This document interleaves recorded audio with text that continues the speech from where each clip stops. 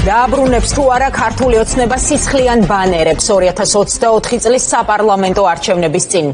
მართლმა პარტიამ ისევ მოშე კლუკჰაფტი დაიქირავა მასთან ერთად ოცნების კამპანიას მირი მიქაელი უხელმძღვანელებს ქართული ოცნება უარყოფს რომ სისხლიანი ბანერები წლების წინ მისი დაკვეთით გამოაკრეს, თუმცა თანამშრომლობას აახლებს პოლიტტექნოლოგთან, ვის სახელსაც უკავშირდება ამ ბანერების გამოყვრა თბილისსა და რეგიონებში საპრეზიდენტო არჩევნებსა და 2021 წლის ადგილობრივი თვითმმართველობის არჩევნებზე. კლუკჰაფტი ხელმძღვანელობდა კამპანიას, როცა პრეზიდენტი სალომე ზურაბიშვილი გახდა. მისი რჩევით საარჩევნო ბანერებზე ზურაბიშვილის ნაცვლად ქართული ოცნების ლიდერები იყვნენ გამოსახული. ნიკა საგჯაია განაგრძობს თემაზე მუშაობას, მან მოისმინა შეფასებები, რომელსაც პირდაპირ ეთერში გაგვაცნობს. გისმენთ ნიკა.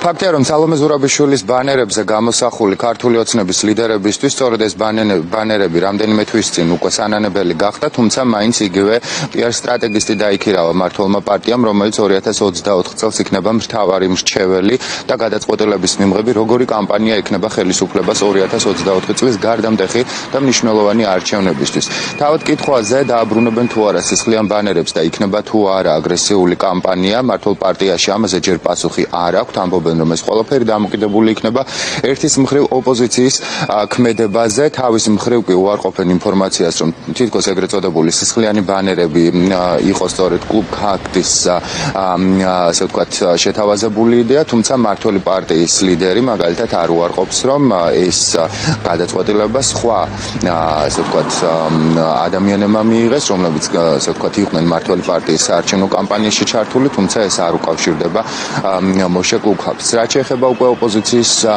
შეფასებას, ისინი აცხადებენ, რომ სისხლისა და სიძულვილის კამპანია იქნება მართლი პარტიისთვის მთავარი, ვინაიდან სხვა შეთავაზება მათი შეფასებით ხელისუფლებას საზოგადოებასთან არ გააჩნია და ერთადერთი რითაც ისინი ეცდებიან 2024 წლის არჩევნებზე რომ გამარჯვებას მიაღწიონ, იქნება სწორედ ოპონენტების, მედიისა და სამოქალაქო სექტორის გაშავება საზოგადოებაში, სიძულვილის ენის დანერგვა და ამ გზით კიდევ უფრო გაიზრდება ქვეყანაში პოლარიზება, რაც საბოლოო ჯამში უშლის მათივე შეფასებით ქვეყნის ევროინტეგრაციას და გაცხადებულ პოლიტიკას, ამავდროულად საუბრობენ, რომ ეს დაძაბავს მთლიანობაში წინა საარჩევნო გარემოს, მაშინ როდესაც ჩვენთვის ცნობილია და გაცხადებული აქვს საერთაშორისო პარტნიორებს, რომ აქტიური დაკვირვება იქნება 2024 წლის არჩევნებზე, ასევე წინა საარჩევნო პერიოდზე. მართლ გუნდში დღეს ასევე კეთდება შეფასებები და განცხადებები უკვე 2024 წლის საარჩევნო მოლოდინებთან დაკავშირებით, მაგალითად ისევ ირაკლი კობახიძე გამოირჩევა, რომელსაც უყვარს პროცენტული მაჩვენებლების დათვლა და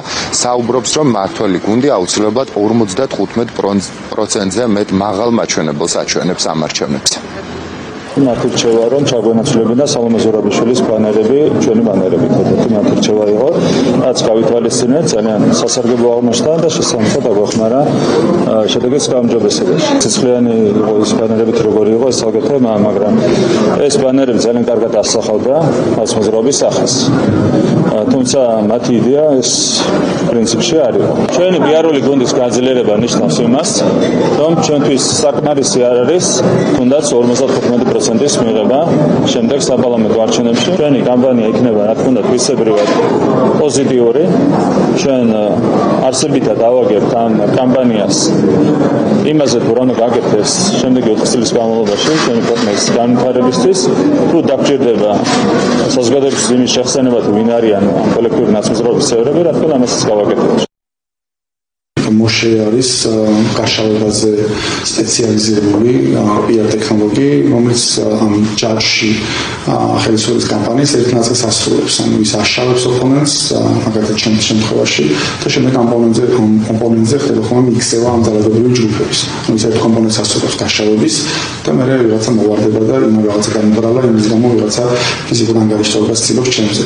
პირდაპირ კავშირში ძალადობასთან მოსაშამოვანაც. მოშესნაირი ადამიანების გამოყენება გათვლილია იმაზე, რომ ადამიანებს არ აქვთ აზროვნების და კრიტიკული შეფასების უნარი და შესაბამისად მაგით ვთქვი, რომ ადამიანებს უყურებენ როგორც სულელებს, რომლებიც შეიძლება ადვილად ააგდო რაღაც დეზინფორმაციაზე, აჭამოთ ასისულელე და ხომ ეს განსხვავებებზე მოქმედებს და მათ გადაწყვეტილებებზე მოქმედებს და გათვლათ მაგაზე. ბატონი მოშეს და ქართული ოცნების სათამაშო სტილი ძალიან გავს ერთმანეთს.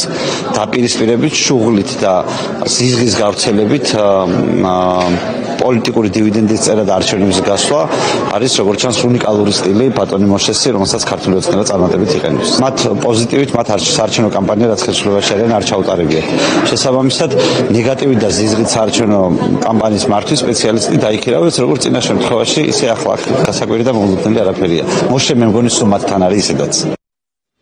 მოშე კუგჰაბთან ერთად 2024 წლის არჩევნებზე ქართული ოცნების სტრატეგისტი ასევე იქნება მირი მიქაელი, რომელიც არის ასევე ჟურნალისტი და რომელთან ერთადაც მოშეს იგივე დაარსებული აქვს კომპანია ACT News-ი. როგორც თქვენ მოისმინეთ, შეფასებები მართველი პარტია თავად ვერ ამბობს ჯერჯერობით, ძირითადად ეს იქნება აგრესიული კამპანია, რასაც ჩვენ გასულ არაერთ არჩევნებზე უყურებდით, თუ იქნება უფრო პოზიტიურ ჭრილში მათი კამპანია წარმოებული. ოპოზიცია და ხელისუფლების ოპონენტები ზოგადად კი მოელოდებიან, რომ ამ მიმართულებით სიახლეს ვერ ვიხილავთ, ვინაიდან მათივე შეფასებით ხელისუფლების მთავარი მიზანი იქნება ისევ საზოგადოებაში პოლარიზების გაღრმავება და ამ გზით ძალაუფლების შენარჩუნება.